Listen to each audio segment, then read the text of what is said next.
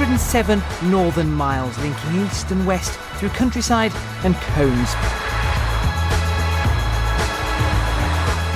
But while the M62 is a crucial component for trade and for business, in one sport it's proved to be a corridor of constraint.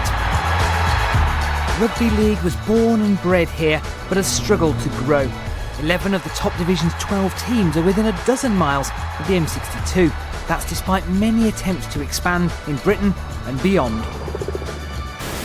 They're Kent Invicta and are based at the Maidstone United ground in Kent. Gateshead Thunder were officially launched as the region's new Rugby Super League team. The biggest change in rugby league for 100 years took place in Paris this evening with the first game in the new European Super League. The first time that Wales has ever had a club in this competition.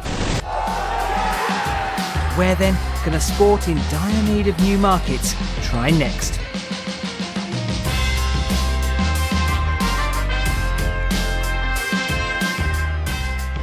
How about here? Welcome to Toronto, not just Canada's biggest city, but with a population of 3 million, the fourth biggest across the whole of North America. Ice hockey, baseball, basketball are all big sports here, but now this is a rugby league town too.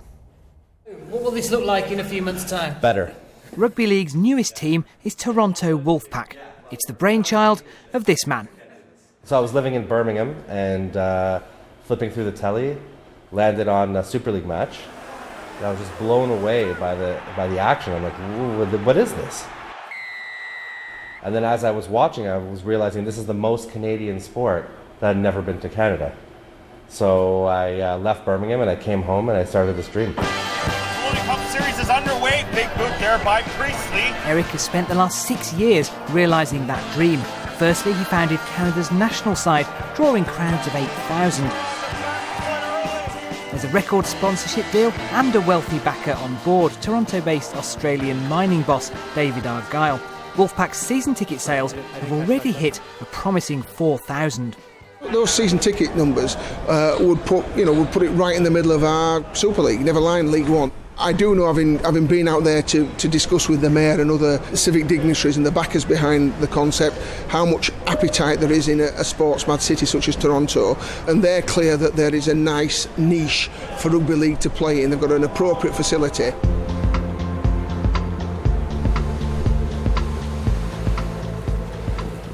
This is the Lamport Stadium, the Wolfpack's home turf. The artificial pitch here is covered during the harsh Canadian winter. It's currently -8 degrees, and because of the weather, the Wolfpack won't play any home games here until May.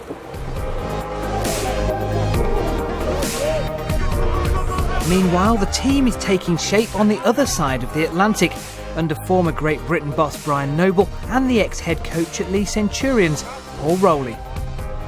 Unique, interesting, challenging, a little bit of everything really. It's been, I guess the logistics has been one of the most difficult. First and foremost finding a place to train, and then buying equipment and everything. So we've started from scratch. Take control with your head, boys, yeah? Getting the team on a budget has been the biggest challenge.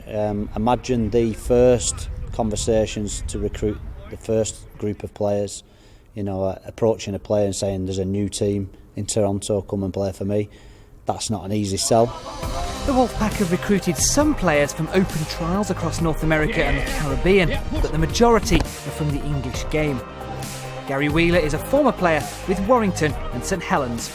Some of the clubs have been around for 100 years, where this one it's started from scratch. Everybody's new here.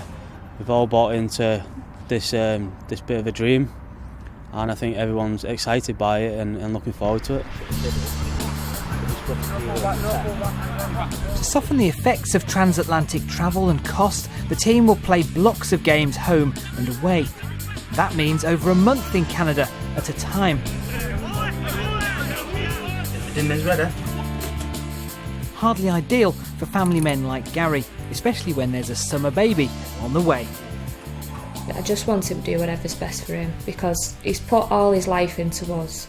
He puts every minute of his day, basically, when he's not at training, into his family, and I just think, do something for yourself for a change and go and do something what's going to make you happy.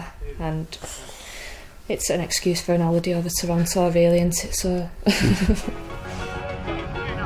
The Wolfpack must fund travel and accommodation for visiting teams.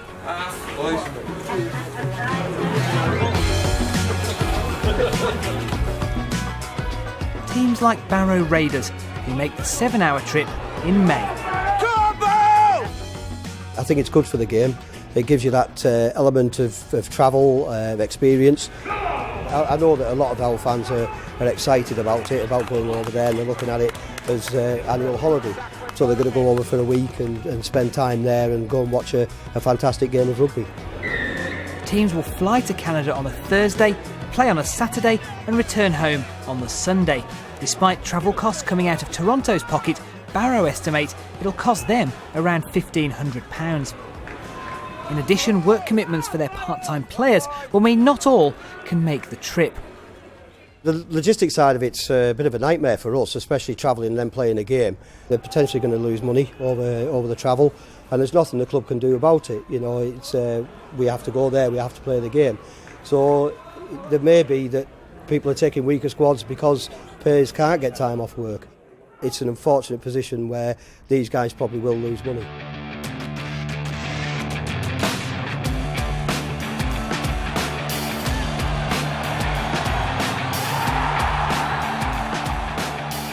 If you want to take the temperature of Toronto sport, then this is the place to come. It's game day at the Maple Leafs, not only the hottest ticket in this town, but also the most famous ice hockey team in North America.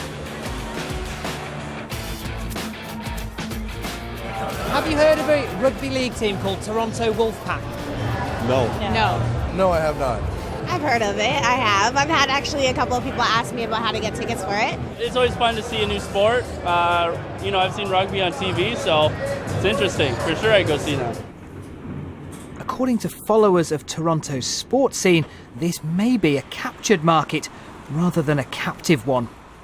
I think it's going to be very difficult for the Wolfpack to sort of become part of the mainstream, especially right away. They're not going to play at a point where there's no other Toronto sports team playing. So they're going to come up through their season against the Maple Leafs, against Raptors, against Toronto FC in terms of playoffs and beginnings of season. So it's going to be difficult for the Wolfpack for sure. Despite the challenges, this isn't a short-term plan. Everybody involved is targeting the top level sooner rather than later. If they are progressing well and they bring more to the table, why would you not want the widest possible geographical footprint for our sport? It's a very cornered, saturated market down the M62 corridor. So, we've got the best sport in the world, but nobody knows about it. I know the club set 5 years to achieve Super League, but all the lads and the coaching staff are trying to do it in 2. Eric Perez says a second Canadian team in Montreal will be formed soon. The Rugby Football League have confirmed to Inside Out that they're in talks with other countries about similar ventures. The transatlantic part of the league is what makes it sort of exotic and what has people tuning in. We believe it's a pioneering project that will take not only rugby league to another level, another stratosphere, it'll also change the way world sport is done on a professional level. A sport long criticised for failed expansion could now become the blueprint used by others across the globe.